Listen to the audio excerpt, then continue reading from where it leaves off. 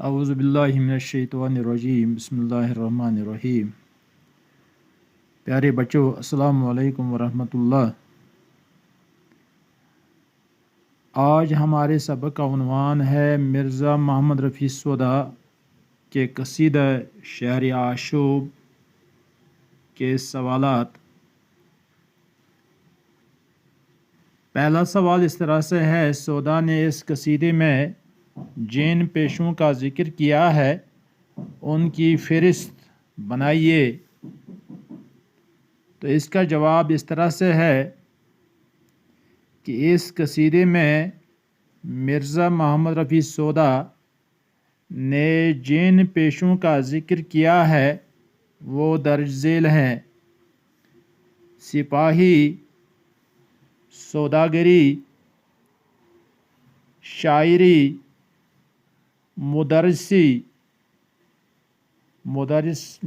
کہتے ہیں درس دینے والے کو یعنی استاد کو، شیخ کہتے ہیں عالم کو، پرہیزگار کو جو متقی ہو، مثنوی خاں۔ سوال نمبر 2 اس طرح سے ہے کہ اس نظم میں بہت سے الفاظ ایسے ہیں جن کے معنی بدل گئے ہیں، یعنی جو آج استعمال نہیں ہوتے ہیں یا جن کے معنی بدل گئے ہیں۔ مثال کے طور پر یہاں پر سوال میں دیا گیا ہے مثلا تحقیق ہوا، یہ لفظ جو ہے یہ آج استعمال تو نہیں ہوتا یا اس کا معنی بدل چکا ہے۔ اس کا معنی ہے خبر لگی۔ تحقیق ہوا، اس کا معنی یہ ہے کہ خبر لگی یا معلوم ہوا۔ تو سوال میں ہے کہ ایسے کچھ لفظ جو ہیں آپ بھی ڈھونڈیے، یعنی سبق میں کچھ لفظ یا کچھ الفاظ استعمال ہوئے ہیں جو آج تو استعمال نہیں ہوتے ہیں یا ان کے معنی بدل گئے ہیں، وہ ہمیں سبق سے ڈھونڈنے ہیں۔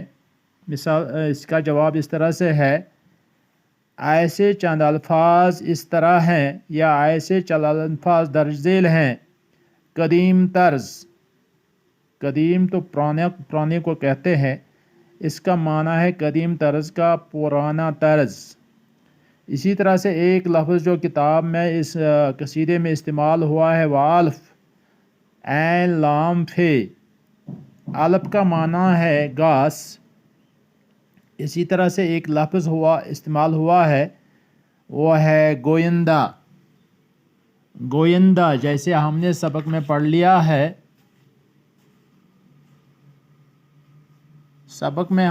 لیا ہے، سو اس پہ تیقن کسی کے دل کو نہیں ہے، یہ بات بھی گویندہ ہی کا محض گمان ہے۔ گویندہ کا معنی ہے کہنے والا۔ گویندہ کہنے والے کو کہتے ہیں، چونکہ آج جو ہے گویندہ لفظ جو ہے استعمال میں نہیں لایا جاتا۔ اسی طرح سے ایک لفظ ہے کسوکی، یہ لفظ بھی آج استعمال میں نہیں آتا ہے، اس کا معنی ہے کس کا یا کسی کا۔ اسی طرح سے ایک اور لفظ ہے انہوں کا، اس کا مطلب ہے ان کا۔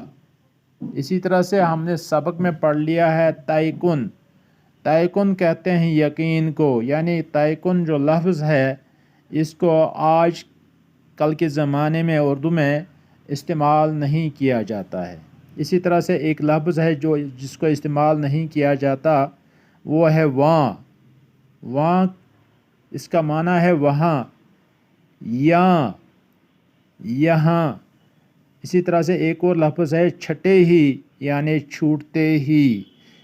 یہ کچھ الفاظ جو ہم نے قصیدے شہر آشوب میں پڑھے ہیں، ان لفظوں کو یا